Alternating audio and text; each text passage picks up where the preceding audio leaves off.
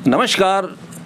इस 15 अगस्त से दिल्ली ग्रामीण टाइम्स का यूट्यूब चैनल स्टार्ट होने जा रहा है। हम आपको बता दें कि दिल्ली ग्रामीण टाइम्स जो बहुत ही दिल्ली, बवाना, अलीपुर, सोनीपत यहाँ के दिल्ली देहात की एक आवाज़ थी, जो निर्बाध रूप से 1993 से 2009 तक 16 वर्षों तक निकला, अब वो आपको यूट्यूब चैनल पर दिखाई देगा। और ये अन्य जो मीडिया प्लेटफॉर्म्स हैं, फेसबुक, ट्विटर, इंस्टाग्राम पर भी आपको इसकी खबरें मिलेंगी। देख सकते हैं कि ये दिल्ली ग्रामीण टाइम्स है। ये पेपर ये लगातार 16 वर्षों तक नरेला, अलीपुर, बवाना, दिल्ली देहात, सोनीपत और आसपास के लोगों की एक बहुत ही लोकप्रिय आवाज़ थी, जहां इन इलाकों की खबरें इसमें आती थी, लोगों की समस्याएं इसमें आती थी और ये एक प्रगतिशील विचारों का प्रवाह के रूप में नरेला में बहुत ही लोकप्रिय था। अब 15 अगस्त से हम इसका एक डिजिटल प्लेटफॉर्म, न्यूज़ प्लेटफॉर्म शुरू करने जा रहे हैं।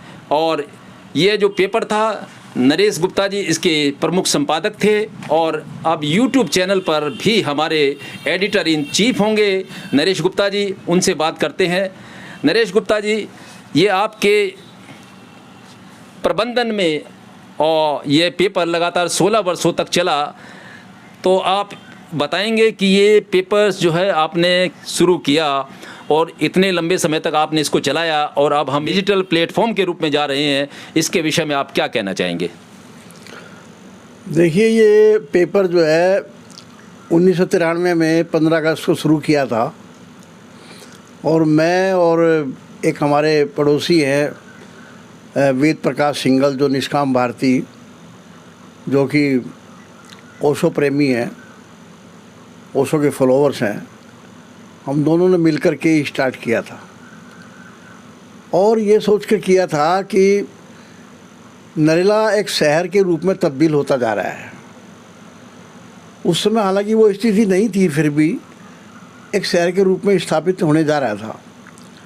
अब जब शहर में तब्दील हो रहा है तो लोग बढ़ रहे हैं, क्या क्या घटनाएं घट रही हैं, लोगों को जानकारी नहीं होती थी। किसकी डेथ हो गई, कहाँ एक्सीडेंट हो गया, कहाँ किसने कहाँ पंचायत करी, ये लोग जानना चाहते थे, लोगों की इच्छा थी, तो वो सब मालूम नहीं होता था। हमारे इलाके में कौन प्रसिद्ध व्यक्ति है, कौन गणमान्य ऐसा व्यक्ति है, बुद्धिजीवी है जो लेखन कार्य करता है, कविता करता है और क्या क्या करता है, तो वो सब जानकारी देने का हमने एक ऐसा सोचा कि इस प्लेटफार्म के माध्यम से हम लोगों को एक दूसरे से जोड़ेंगे। इस मकसद को लेकर के हमने जो है 1993 में ये अखबार शुरू किया था। और शुरुआत में मात्र 500 कॉपी हमने निकाली थी, मात्र 4 पेज का था ये, 15 दिन में एक बार निकालते थे। पाक्षिक पेपर था। इसको रजिस्टर करा के RNI से, रजिस्ट्रार न्यूज़पेपर ऑफ इंडिया से रजिस्टर करा करके और तब ये शुरू किया था।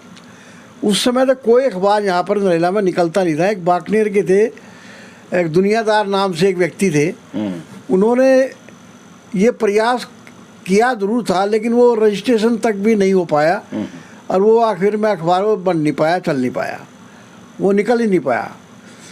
ये हम लोगों को बड़ा ऐसा लग रहा था जैसे हम बड़े आसानी से निकाल देंगे, लेकिन ऐसा होया नहीं। मतलब 4 पेज भी जो हम सोच रहे थे पता नहीं कितना भर जाएगा, तो 4 पेज भरना अपने आप में टैबलाइट साइज में हमारे लिए इतना मुश्किल हो गया कि शुरुआत का अंक निकालना ही मुश्किल हो गया। और उसको 2 महीने की तैयारी के बाद ही जो आके कहीं वो अखबार 4 पेज का निकल पाया। और बहुत सी कमियां थी, वो कई फ़ोटो ठीक नहीं आता था। अभी तो सिस्टम पूरा चेंज हो गया है। अब तो आप रंगीन पेज भी निकालोगे तो बड़ा आसानी से निकल जाएगा। पहले सब खबरें जो है खुद ब खुद बनवानी पड़ती थी और कंप्यूटर का इतना ज़माना भी नहीं था, नया नया कंप्यूटर का सिस्टम आया था, तो हमारे पास कंप्यूटर भी नहीं था। तो हम आज़ादपुर में जा कर के, ये हमारे एक रिश्तेदार में थे, हमारे साथी थे सुभाष गोयल जी, उनके यहाँ जो है ये पेपर वहाँ पर कंपोज कराते थे सारा, और करा करके फिर निकालते थे। तो इसमें इसको चलाने में, इसको तैयार करने में जो बड़ी भूमिका थी, एक तो हमारे कवि हैं, हमारे साथी हैं राजव्रत जी, जो नौकरी करते हुए और बाद में गैजेट ऑफिसर से रिटायर हुए, उनका बहुत बड़ा सहयोग था जी। और एक सूरज शेट्टी जो है कोऑपरेटिव बैंक में थे, वेस्ट कोऑपरेटिव बैंक में, आजकल वो एक अखबार चलाते हैं, समाचार निर्देश। समाचार निर्देश के नाम से, जी। उसके अंदर काम करते हैं जी। और अपना समाचार चैनल भी उनका है। जी। तो उन दोनों ने मिलकर के इस अखबार को 4 चांद लगाने का काम किया। और रात के कई बार तो 12-12 बज जाते थे हमें वहाँ से आने में। और वहाँ पर कई बार तो रात की ट्रेन जो है, हम अपने घर में यानी ना खाने की चिंता, ना बच्चों की चिंता, ना किसी और बात की चिंता, और इसी में लगे रहते थे। पूरे 15-15 दिन तक जो है एक अखबार को तैयार करने में लग जाते थे। यानी कि बहुत ही मेहनत लगती थी एक पेपर को छापने बड़ी एक अंक मेहनत, निकालने में। बड़ी एक अंक निकालने में बड़ी मेहनत लगती थी। जी।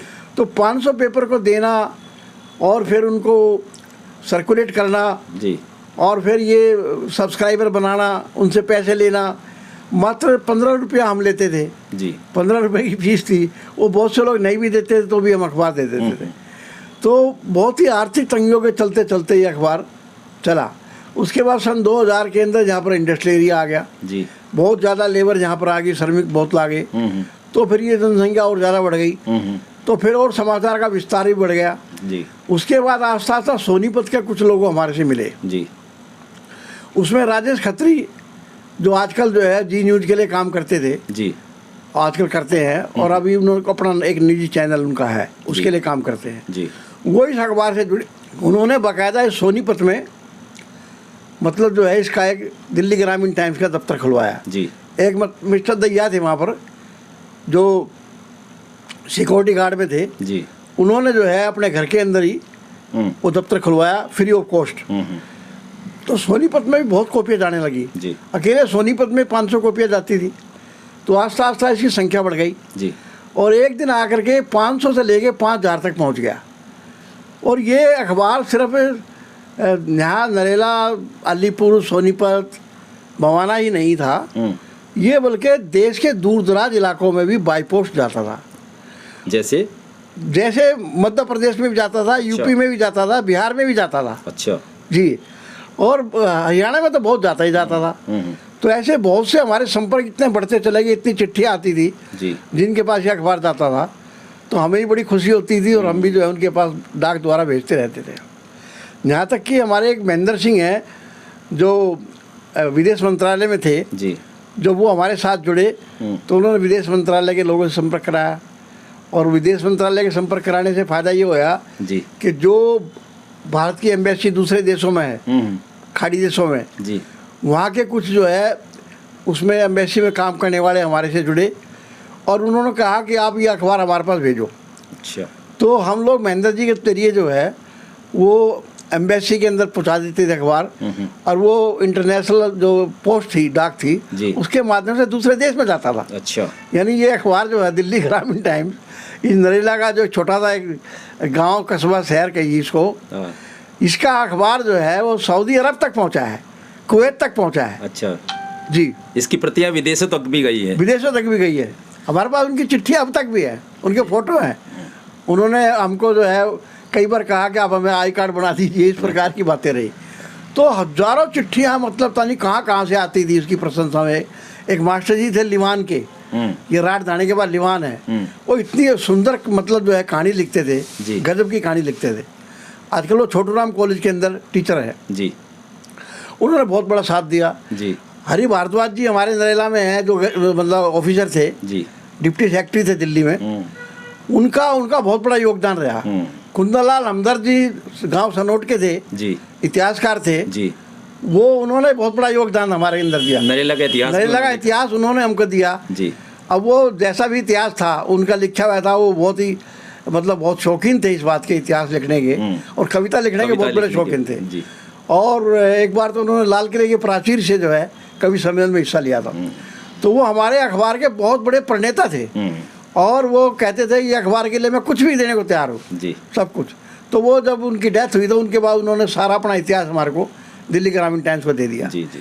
तो हरि भारद्वाज जी और अपना जो है कुंदनलाल हमदर्द जी, ऐसे अनेकों लोग हैं जिनके नाम भी मुझे अब शायद याद नहीं आ पाएंगे जी जी, लेकिन बहुत लोगों ने इसके अंदर भूमिका निभाई है, सहयोग दिया। यहाँ तक कि मेरे बच्चे जो थे, छोटे छोटे बच्चे थे जी, वो इस अखबार को हमारे जैसे हमारे यहाँ ओम प्रकाश जी काम करते हैं, ओम प्रकाश जी अगर नहीं होते तो शायद ये अखबार चलता ही नहीं। उनकी इतनी बड़ी भूमिका रही है कि आप बता नहीं सकते। यानी अखबार को पहले यहाँ से ले जाना प्रेस के ऊपर आज़ादपुर, जी। वहाँ पर वो प्लेट बनवाना, फिर वो छपवाना, फिर अगले दिन उसको लेके आना, फिर वो घर में फोल्डिंग होता था, फोल्डिंग होकर के उसको फिर जो है डाक के अंदर आज़ादपुर जो है डाक घर में भेज के आना। यानी इतने काम, एडवर्टाइजमेंट का काम इतना ज़्यादा अगर नहीं था, लेकिन अगर एडवर्टाइजमेंट ना मिले तो पैसा कहाँ से मिलेगा, चलना मुश्किल हो रहा मुश्किल हो जाएगा। उसके अंदर भी जो है बहुत से लोगों ने निस्वार्थ भाव से जी थोड़ी थोड़ी सहायता के रूप में अपनी एडवर्टाइजमेंट दी, विज्ञापन दिए, तो अखबार में थोड़ी जान आ गई, चलता रहा। लेकिन कुल मिला के देखा जाए तो ये अखबार चला 2009 तक चला, लेकिन इसमें कोई आमदनी का जरिया नहीं बन पाए और हालत दिन पर दिन खराब होती चलेगी। मतलब बच्चे बड़े होते चले गए, उनकी पढ़ाई का खर्चा, गृहस्थी का खर्चा, बहुत खर्चे, और आखिर में आके मुझे ये बंद करना पड़ा। हालत इतनी दिवालिया हो गई थी कि बहुत लोगों ने सहायता की, उसके बावजूद भी जो है ये चल नहीं पाया। फिर आर्थिक रूप से बहुत ही डाउन हो गया। सरकारी विज्ञापन भी मिलने लगे थे। हमने इसके लिए जो है इनकम टैक्स डिपार्टमेंट का RTI, ये जो है ITR भरने शुरू की, सारे काम किए। आपका जो है ABVP से न सॉरी ये ABP जो है और अपना DAVP से इसको रजिस्टर कराया। वहाँ से हमें रेलवे के एडवर्टाइजमेंट मिलते थे, 15 अगस्त के मिलते थे, 26 जनवरी के मिलते थे, जो राष्ट्रीय त्यौहार होते थे उनके मिलते थे, और ऐसे दिल्ली पुलिस के ही मिलते थे। ये यानी कि इसमें कोई शक नहीं है, अखबार को हमने चलाने में कोई कसर नहीं छोड़ी। लेकिन हमने देखा है कि आज की जो स्थिति है जी, आज स्थिति ये है कि आज अखबार जब तक निकलता है जी, जब तक सुबह उठते हम जी, तब तक वो सारी खबरें जो अखबार में आनी है वो प्रसारित हो चुकी होती है। आज ज़माना अखबार का नहीं रहा है।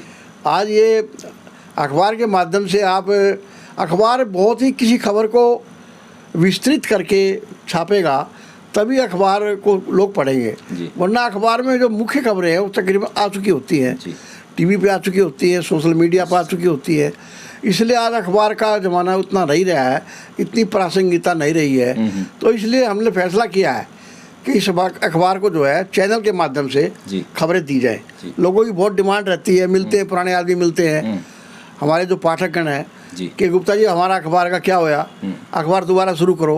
अब उनको मैं अपनी मजबूरी क्या बताता, लेकिन जो है अब उनकी भावनाओं को समझते हुए मैंने जो है इसके अंदर पूरी ताकत लगा करके अब ये फैसला किया है कि इसको चैनल के माध्यम से जो है चलाया जाएगा। इस अखबार की इतनी ख्याति थी, कुलदीप नैयर जो हाई कमिश्नर थे वो आते थे इसके कार्यक्रमों में जी। कितने बड़े बड़े पत्रकार इसके कार्यक्रमों में आते थे, और जिसको हमने बुलाया वही यहाँ पर जो है दिल्ली ग्रामीण टाइम्स के इन्विटेशन पर आता था। मतलब ऐसे तो सैकड़ों लोग जुड़े, लेकिन सब लोग निस्वार्थ भाव से जुड़ते चले गए, लेकिन आर्थिक रूप से अखबार कमज़ोर होता चला गया, ये बात ज़रूर है।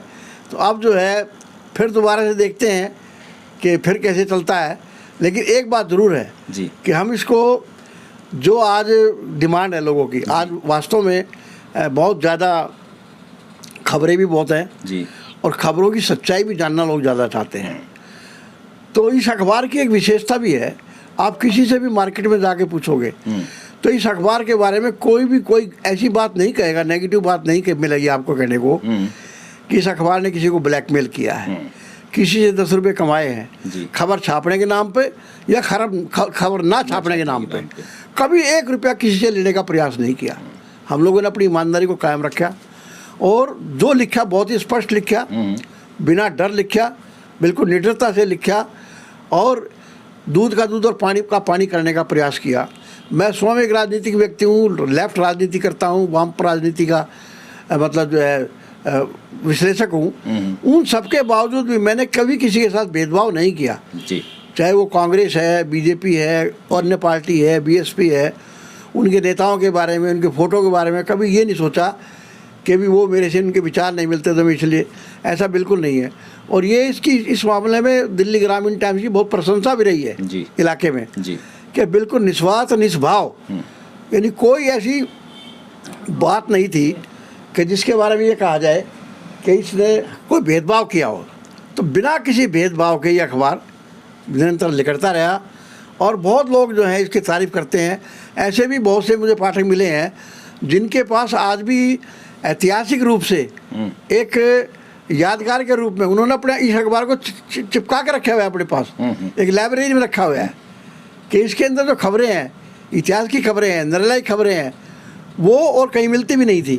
तो नरेला की, सोनीपत की, देहात की, गांव की खबरें सारी सबका सेंटर था, केंद्र था। तो ये अखबार बहुत ही अच्छा था और अब ये हम इसके माध्यम से पूरी कोशिश करेंगे कि लोगों को फिर उनकी पसंद की चीज़ें सुनाएं, बताएं और उनसे जुड़ें।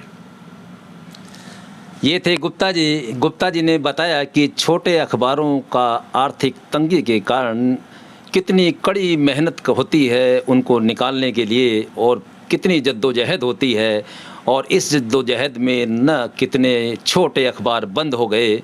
और उन्होंने बताया कि 15 अगस्त से हम दिल्ली ग्रामीण टाइम्स समाचार पत्र का यूट्यूब चैनल शुरू करने जा रहे हैं और 15 अगस्त को इसका कार्यक्रम होगा। आप सभी श्रोताओं, आप सभी दर्शकों को, श्रोताओं को इसकी जानकारी दी जाएगी और आप सब लोगों से हम लोग ये आग्रह करते हैं कि आप दिल्ली ग्रामीण टाइम्स को यूट्यूब पर जाकर सब्सक्राइब कर लीजिए। इसको ये आने वाली खबरों को, जो कहते हैं कि खबरों के पीछे की जो खबर होती है, सच्चाई होती है, उस सच्चाई को सामने लाने का प्रयास दिल्ली ग्रामीण टाइम्स करेगा। और नरेला की आसपास की जो खबरें हैं, जो आप तक पहुंचनी चाहिए, जो सूचनाएं आपको मिलनी चाहिए, जो खबरें आपको मिलनी चाहिए, उनको बिल्कुल सच्चाई के रूप में आप तक पहुंचाएगा, ऐसी हमारी उम्मीद है। और हम एक टीम के रूप में काम करेंगे और दिल्ली ग्रामीण टाइम्स एक बार फिर से नरेला नहीं बल्कि पूरे देश के लोगों की आवाज़ बन के उभरेगा। आप लोगों से एक बार पुनः अनुरोध करते हैं कि आप हमारे इस चैनल को सब्सक्राइब करें ताकि आप तक नोटिफिकेशन बहुत जल्दी पहुंचे और आपको खबरों की सूचना मिलती रहे। इसके अलावा आप हमारे दिल्ली ग्रामीण टाइम्स चैनल को फेसबुक, इंस्टाग्राम, ट्विटर जो अब एक्स हो गया है, उस पर भी फॉलो कर सकते हैं। आपका बहुत बहुत धन्यवाद। मैं दिल्ली ग्रामीण टाइम्स से सुरेंद्र पंचाल और मेरे सहयोगी कैमरा पर्सन सुलेमान के साथ।